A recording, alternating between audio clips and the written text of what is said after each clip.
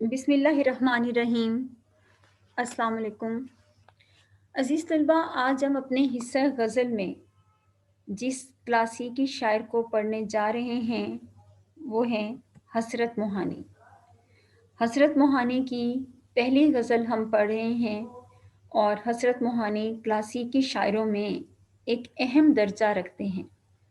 اگر ہم ان کی ذاتی زندگی کی طرف آئیں، ذاتی تعارف مختصر سا دیکھیں تو ان کا اصل نام سید فضل الحسن ہے اور حسرت ان کا تخلص ہے۔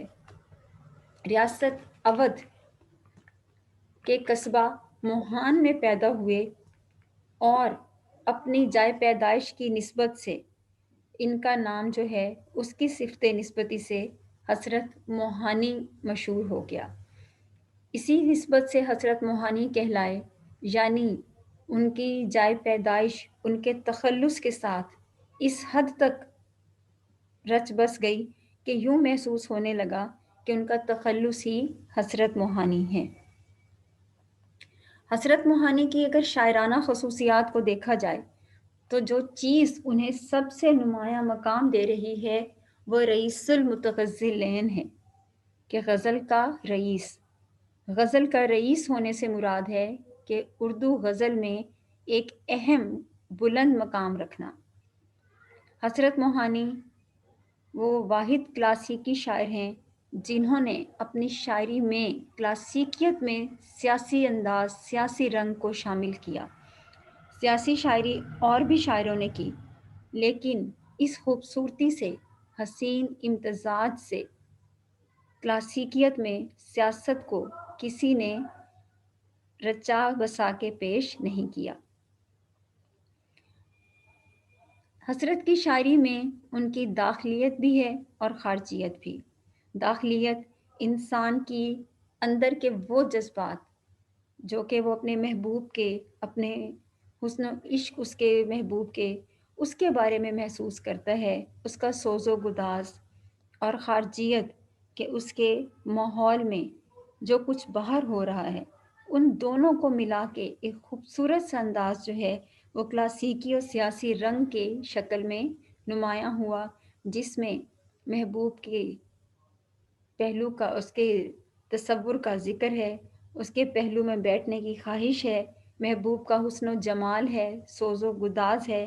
اس کے ساتھ ساتھ ہی حسرت موہانی نے جہاں محبوب کے سراپا نگاری کی، وہاں پہ باپردہ محبوب کا تصور بھی انہوں نے پیش کیا۔ ان کی ایک مشہور غزل کہ چپکے رات دن آنسو بہانا یاد ہے، اس کا ایک خوبصورت شعر کہ دوپہر کی دھوپ میں مجھ سے ملنے کے لیے وہ تیرا کوٹھے پہ ننگے پاؤں آنا یاد ہے۔ حسرت موہانی نے رسالہ اردو معلیٰ جاری کیا، شرح دیوان غالب لکھی، جس سے دیکھ کر ہی اندازہ ہو جاتا ہے کہ دیوان غالب کی شرح لکھنا عام انسان کے بس کی بات نہیں ہے۔ اس میں اس کا مطالعہ بھی بھرپور ہونا چاہیے اور اس کے علم بھی اس بارے میں ہونا چاہیے، اور دیوان حسرت لکھا۔ اس کے بعد حسرت موہانی صحافت، سیاست، تحریک خلافت میں حصہ لیتے رہے اور انڈین پارلیمنٹ کے ممبر بھی رہے۔ چونکہ حکومت کو یہ چیز حکمران وقت کو ناگوار تھی کہ حسرت موہانی شعور دیں، اسی لیے انہیں قید و بند کی صعوبتوں سے، مشکلات سے گزرنا پڑا۔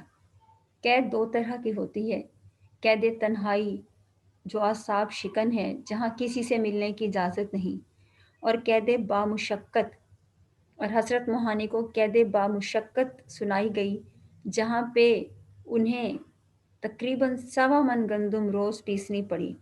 اور حسرت نے اپنے ایک شعر میں بہت خوبصورتی سے اپنے ان دونوں سزاؤں کا بھی ذکر کیا اور اپنے مزاج کا بھی ذکر کیا۔ وہ کہتے ہیں کہ ہے مشق سخن جاری چکی کی مشقت بھی، کہ جس وجہ سے سزا سنائی گئی وہ تو جاری ہے، شاعری کی مشق۔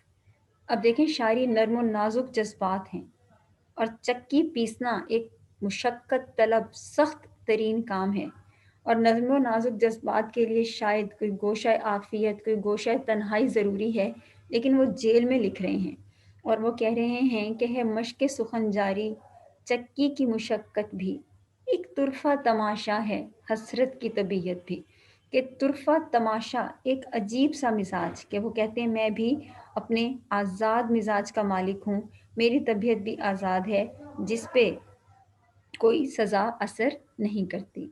آئیے ان کی غزل کو دیکھتے ہیں۔ بھلاتا لاکھ ہوں لیکن برابر یاد آتے ہیں، الہی ترک الفت پر وہ کیوں کر یاد آتے ہیں۔ نہ چھیڑ اے ہم نشیں کیفیت صہبا کے افسانے، شراب بے خودی کے مجھ کو ساغر یاد آتے ہیں۔ نہیں آتی تو یاد ان کی مہینوں تک نہیں آتی، مگر جب یاد آتے ہیں تو اکثر یاد آتے ہیں۔ حقیقت کھل گئی حسرت تیرے ترک محبت کی، تجھے تو اب وہ پہلے سے بھی بڑھ کر یاد آتے ہیں۔ تو عزیز طلبہ، پہلے شعر کی تشریح کی طرف چلتے ہیں جو کہ مطلع کا شعر ہے، اور مطلع کے لیے ضروری ہے کہ غزل کے پہلا شعر اس کے دونوں مصرے ہم قافیہ ہم ردیف ہوں۔ ردیف کے بنا تو کہیں نہ کہیں غزل لکھی گئی، ہم قافیہ ہونا ضروری ہے۔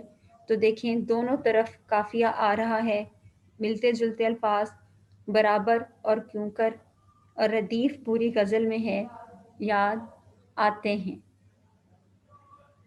تو آتے ہیں ردیف ہے پہلا شعر، کہ وہ کہہ رہا ہے کہ بھلاتا لاکھ ہوں، برابر یاد آنا، برابر مسلسل، ترک الفت محبت ختم کر دینا۔ تو اس کا مفہوم کچھ یوں ہے کہ محبت کا تعلق ختم کرنے کے باوجود محبوب کی یاد مسلسل ستاتی ہے۔ سب سے پہلی چیز کہ محبت کا تعلق ختم نہیں ہوتا، بشرطے کہ یہ وہ محبت نہ ہو کہ تو نہیں تو اور صحیح اور وہ نہیں تو اور صحیح۔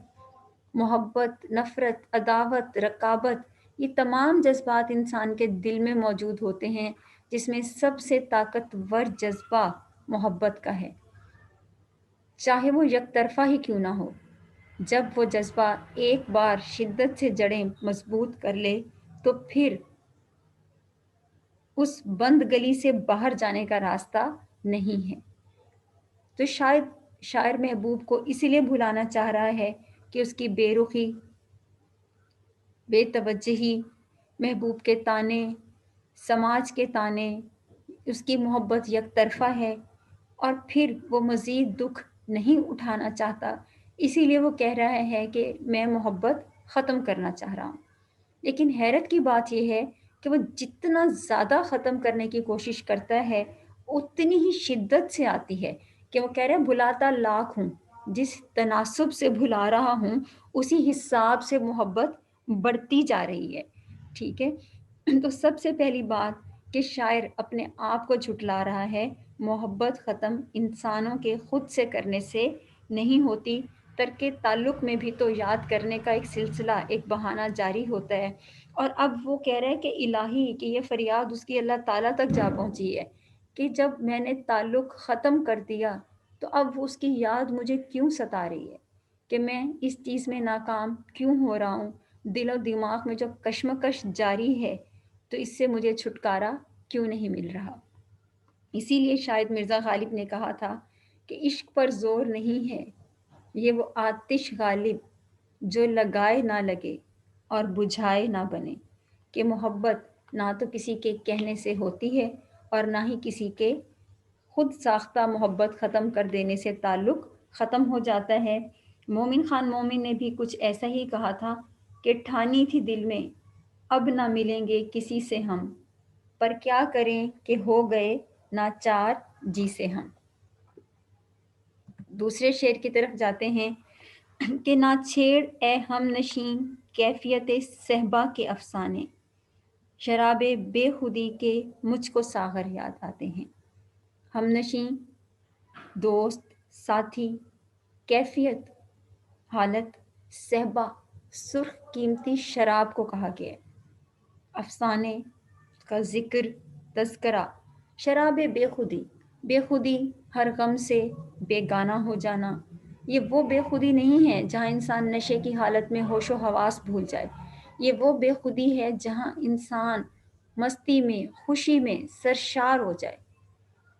تو ساغر جام کو کہا گیا، لیکن یہاں مراد ہے عالم۔ تو وہ کہہ رہا ہے مفہوم میں کہ اے دوست، شراب کی مستی کا تذکرہ مت کرو، کیونکہ مجھے اس کی بے خودی اور وہ مستی کا عالم جب یاد آتا ہے تو تکلیف ہوتی ہے۔ اب اس غزل کے دو پس منظر ہیں۔ ایک روایتی کلاسیکی پس منظر ہے جس میں شاید سب سے پہلے شاعر نے اپنے محبوب کی آنکھوں کے نشیلے پن کا ذکر کیا ہو کہ وہ شراب اسے جب میسر تھی تو جس کے نشے میں مخمور ہو کر وہ دنیا کے غم بھول جایا کرتا تھا، یا پھر اس نے شراب کا تذکرہ کیا کہ جو اسے اب میسر نہیں، جسے پی کے وہ غم روزگار، غم دنیا ہر ایک سے نجات پا لیتا تھا اور کیف و سرور کے عالم میں رہتا تھا۔ تو وہ کہتا ہے کہ اب وہ مجھے میسر نہیں، اسی لیے مجھے اس کی یاد ستاتی ہے۔ اس غزل کا دوسرا پس منظر بر صغیر کے حوالے سے بھی ہے۔ صحبہ قیمتی سرخ شراب مراد مسلمانوں کا اقتدار بھی ہے۔ نشہ صرف شراب کا نہیں ہوتا، نشہ اقتدار کا بھی ہوتا ہے کہ جب مسلمانوں کا اقتدار تھا پورے بر صغیر پر اور ایشیا پر، اور مسلمانوں کے گھوڑوں کی ٹاپیں پورے یورپ میں سنائی دے رہی تھیں، تو اس اقتدار کے دور میں کوئی فکر نہیں تھی، کوئی ظلم نہیں تھا، کوئی جبر نہیں تھا۔ تو شاعر کہتا ہے کہ جب اس آزادی کے نشے میں، اس مستی کے عالم میں سرشار تھے تو وہ کیفیت اب نہیں ہے، تو اس کا تذکرہ بھی میرے لیے تکلیف دہ ہے۔ شاید اسی لیے شاعر نے کہا کہ یاد ماضی عذاب ہے یارب، چھین لے مجھ سے حافظہ میرا۔ تو ہم دونوں پس منظر اس غزل میں دیکھیں گے۔ تیسرا ہے، نہیں آتی تو یاد ان کی مہینوں تک نہیں آتی، مگر جب یاد آتے ہیں تو اکثر یاد آتے ہیں۔ کہ محبت کے تعلق کی شدت اور شاعر کی بے بسی پوری طرح سے نمایاں ہے۔ کہ شاعر کہہ رہا ہے کہ میں محبوب کو مہینوں بھلائے رکھنے کی ناکام کوششیں کرتا ہوں، لیکن تمام کوششیں ناکام جاتی ہیں اور اس کی یاد شدت اختیار کر لیتی ہے۔ اب اس کو بھلائے رکھنے کی کوشش کیسے ہو سکتی ہے؟ خود کو ہمیں روزگار میں مصروف کر دینا، کیونکہ جیسے کہ شاعر نے کہا کہ دنیا نے تیری یاد سے بیگانہ کر دیا، کہ فیض کا بہت خوبصورت شعر ہے کہ دنیا نے تیری یاد سے بیگانہ کر دیا، تجھ سے بھی دل فریب ہیں غم روزگار کی۔ تو وہ غم روزگار میں غم جانا کو کیوں بھلا رہا ہے؟ کہ اس کی محبت یک طرفہ بھی ہے، یہی وجہ ہو سکتی ہے۔ دو طرفہ محبت میں تو کوئی اپنے تعلق کو ترک نہیں کرنا چاہتا، اسی یک طرفہ محبت میں وہ محبوب کی بے رخی بھی سہ رہا ہے، معاشرے کے تانے بھی سن رہا ہے، تو وہ پھر یہی چاہتا ہے کہ اس کو غم روزگار میں غرق ہو کر بھلا دیا جائے، اور وہ مہینوں اپنے آپ کو دھوکہ دینے کی کوشش کرتا ہے کہ شاید میں اسے بھلانے میں ناکام ہو گیا ہوں، لیکن وہ چیز بھول چکا کہ محبت کی جڑیں پختہ ہو چکی ہیں، اس کے دل کے اندر اتر چکی ہیں، پیوست ہو چکی ہیں، اور وہ کہتا ہے کہ میں تو اپنے آپ کو جھٹلا دیتا ہوں، لیکن رسم وفا اجازت نہیں دیتی کہ محبوب کو بھلا دیا جائے۔ تو وہ کہتا ہے کہ جب اس کی یاد آتی ہے تو وہ شدت اختیار کر لیتی ہے کہ کیوں اس کی یاد آتی ہے کہ ہوتی نہیں قبول دعا ترک عشق کی، دل چاہتا نہ ہو تو دعا میں اثر کہاں۔ کہ اس کے دل و دماغ میں کشمکش ہے، وہ اس کو بھلانا نہیں چاہتا، لیکن اس کی بے رخی کی وجہ سے وہ یہ سب کچھ کر رہا ہے۔ کہ جیسا کسی شاعر نے کہا تھا کہ اے دوست، ہم نے ترک تعلق کے باوجود محسوس کی ہے تیری ضرورت کبھی کبھی۔ آخری شعر کی طرف بڑھتے ہیں جو کہ مقطع کا شعر ہے کہ حقیقت کھل گئی حسرت تیرے ترک محبت کی، تجھے تو اب وہ پہلے سے بھی بڑھ کر یاد آتے ہیں۔ حقیقت کھل جانا، اصلیت ظاہر ہو جانا، تو شاعر نے اپنی بے بسی کا اظہار جو ہے وہ اعتراف کر لیا ہے، اور وہ کہہ رہا ہے کہ اے حسرت، مقطع کا شعر عموماً تشریح میں نہیں آتا، لیکن ضروری ہے کہ ہم اس کے مفہوم کو سمجھ لیں۔ تو شاعر کہہ رہا ہے کہ اے حسرت، کہ تو جو یہ ظاہر کرتا ہے کہ تو محبوب کو بھول چکا، تو تیری یہ حقیقت سامنے آ چکی ہے۔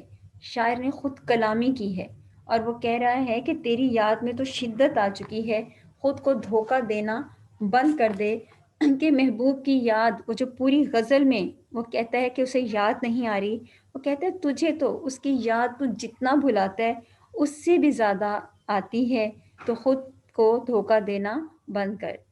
تو عزیز طلبہ، یقیناً یہ تمام تشریح آپ کے لیے اس غزل کو سمجھنے میں مددگار ثابت ہوئی ہوگی، اور آپ کے لیے یہ لیکچر آپ کو بہترین انداز میں سمجھ آ گیا ہوگا۔